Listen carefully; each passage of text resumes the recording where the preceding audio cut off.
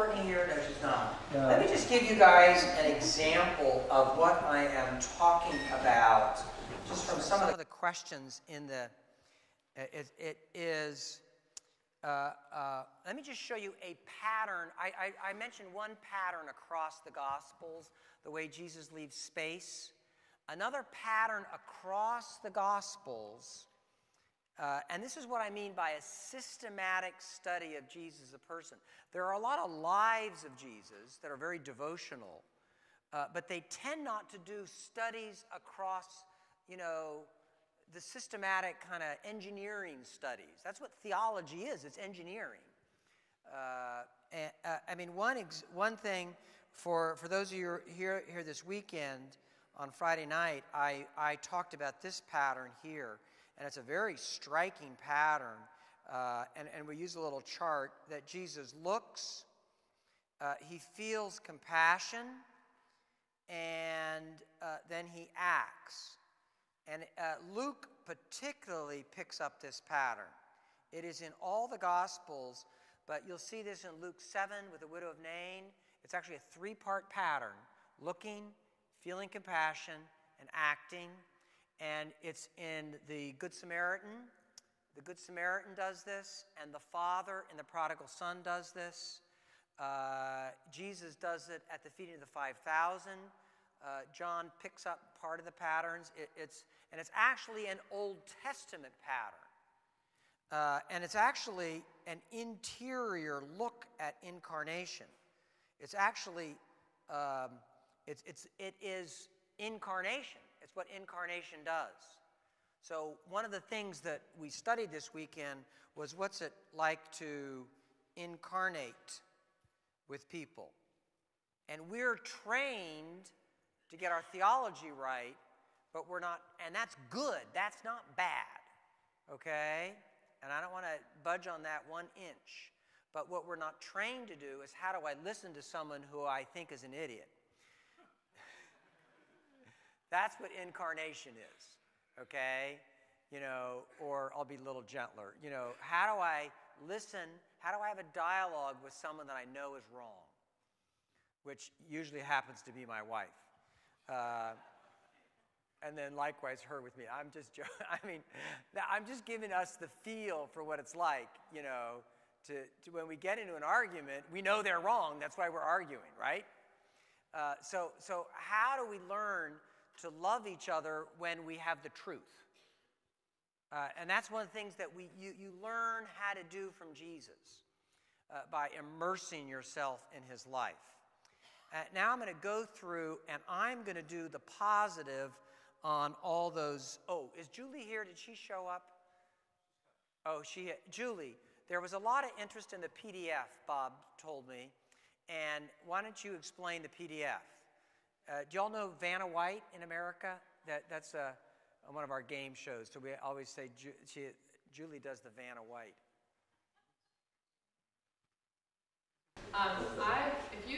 If you purchase a PDF and gave us your email address, I can send you the email of it in A4 size, or I have it on a thumb drive. So if you have any kind of computer or anything with you with a USB port, I can download it here right now. So So either we'll do it today or when I get back to the States next week. So if you can wait a week, I'll send it to you when I get home. And what is the PDF? Just explain it. There's the PDF of the Person of Jesus study. Yes, the manual that's out there on the rack is the printed version of, you'll get a electronic copy of it. It's exactly the same thing. It's only good for one printing. It's not something that you can pass around to a number of people in your church or groups. We do have what we call a church site license, where you can pay one price, and then you can use it in all your small group ministries, your women's Bible studies, or whatever, your home fellowship groups, whatever you call them. But it's a more expensive, obviously, than just the one single user license. So if you buy a single user license, it's only good for one printing. You can't make multiple copies of it and hand it out to your neighbors and friends. Okay. I'm really torn between, especially since I'm talking about listening and all my sub-points here and not doing any listening of you guys, so we'll just kind of play it by ear. I'm going to go through these things. And first of all, an integrated theology of faith. Sometimes I've just done a wonderful seminar, and I've had people rush the podium afterwards with questions about, what was that software you're using?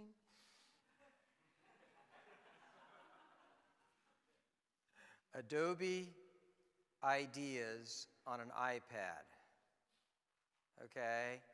And I don't know what it costs. It's not like $4 or something like that.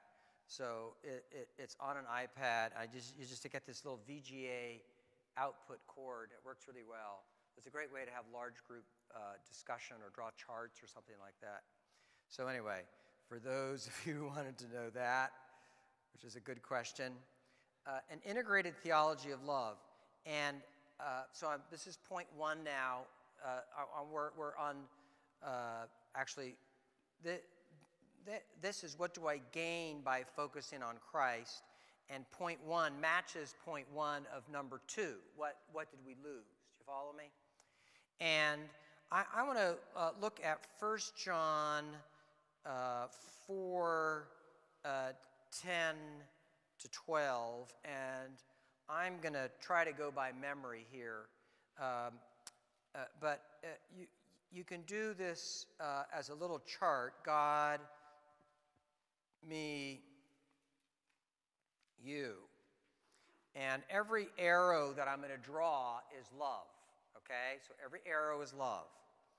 And he starts out, in this is love, not that we loved God, but that he loved us and sent his son as an atoning sacrifice for our sin, as a propitiation. Amen.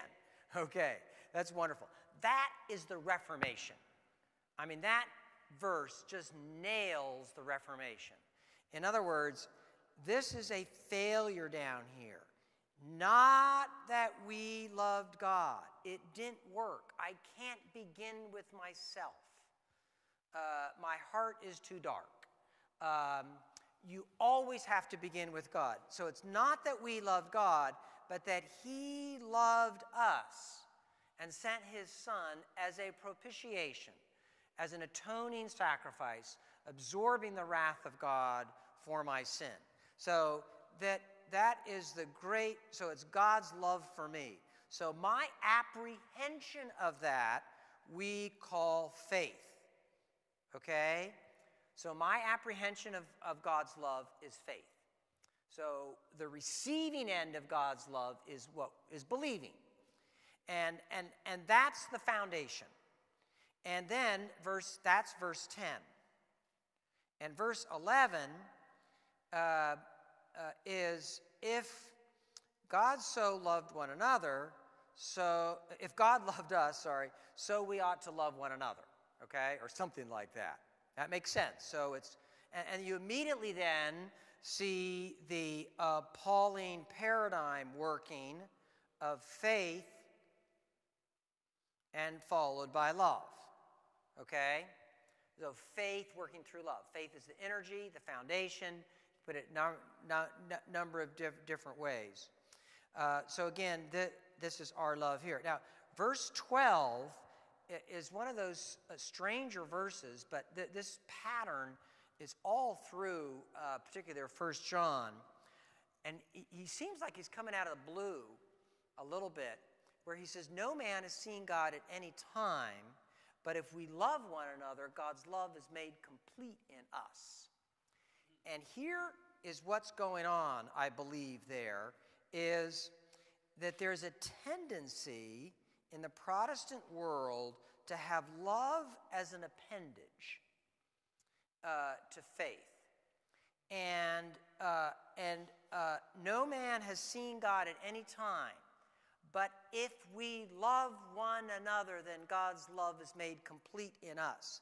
That it's my love for you that draws me into God. In other words, beginning with the foundation of God's love for me, we never run away from that. That's the great error of Catholicism. It doesn't have that foundation, so it drifts into moralism and asceticism and legalism. And it codifies them, so that foundation. But what we tend to do is we tend to try to get to know God deeper just by getting to God to know in isolation from love from one another. Do you see that? In other words, what John is saying is you get to know God better through a dying love. And so that as I'm going to learn, as I learn to die for my wife, in little and big ways, I get to know God better. Does that make sense? So there's a bit of a division here. Let's move this up a little higher. And that there's, I'll just show you a tendency on both sides here. The tendency on this side, on this side over here, is to ignore. It's just to sort of think of this as sort of the devotional side, okay? Or we tend to think of it as application, okay? The result of remember I said we didn't have an integrated theology of love and faith. As I begin to understand, and the person of Jesus helps me understand the love command, as I am drawn more deeply into the depths of God, as I have a dying life. Okay, I'm going to move rapidly, and I'm going to raise far more questions than I'm going to answer. You know what I mean.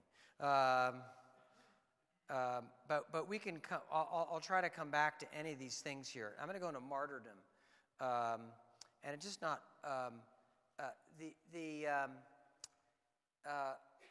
that one of the things I begin to realize is that death. This is the martyrdom thing. Is at the center of love. And my great discovery of this happened in a very big snowstorm we had in Philadelphia in '96. We had two what we call nor'easterners come in at one on top of one another. We got about 30 inches of snow that was predicted for the weekend. And we're a little out in the country, and we have a couple goats and a sheep that we called Ed. And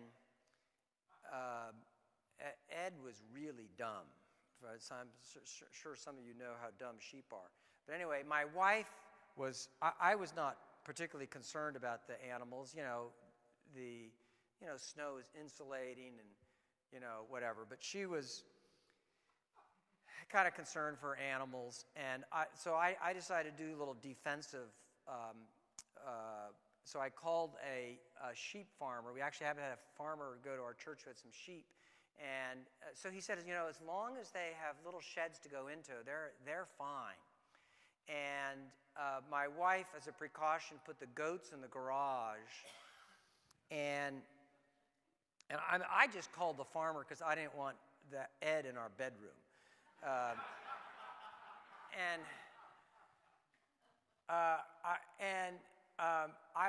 It was like 10 o'clock, and I had already gone to bed. My wife was still tidying up or something, and just as I was almost in Never Never Land. Where your bodies become motionless? You can sort of still hear the outside, but you're just completely relaxed. My wife said, "Paul, I'm afraid for Ed. Would you go check him?" And I can still remember it. And I was like, so I sort of had an argument in my head. So this is all within 4 seconds. But it was like, okay, what'll I say? I'll remind her what the farmer said. Nah, that won't work. And then I'll go over the insulating value. I'll go to science. The insulating value of snow. She won't listen to that.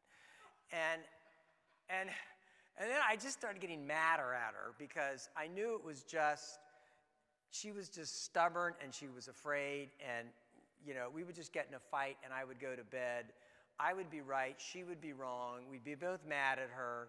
She would go out and check Ed. So I was really mad at her.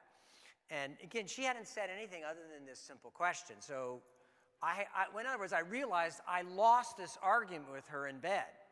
So I thought, it's not all that complicated. She's just afraid. Someone's going to have to get cold to take away her fears, and either I get cold or she gets cold.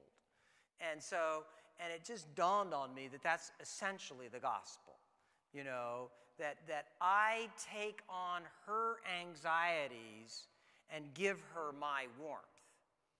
I had known this, it was just probably the most vivid time it hit me, that we actually, that not only is death at the center of love, these little dyings, and that we actually enter into the dying life of Christ. Now, it is not atoning. Our death is not atoning for one another. The New Testament keeps a very sharp line between the two.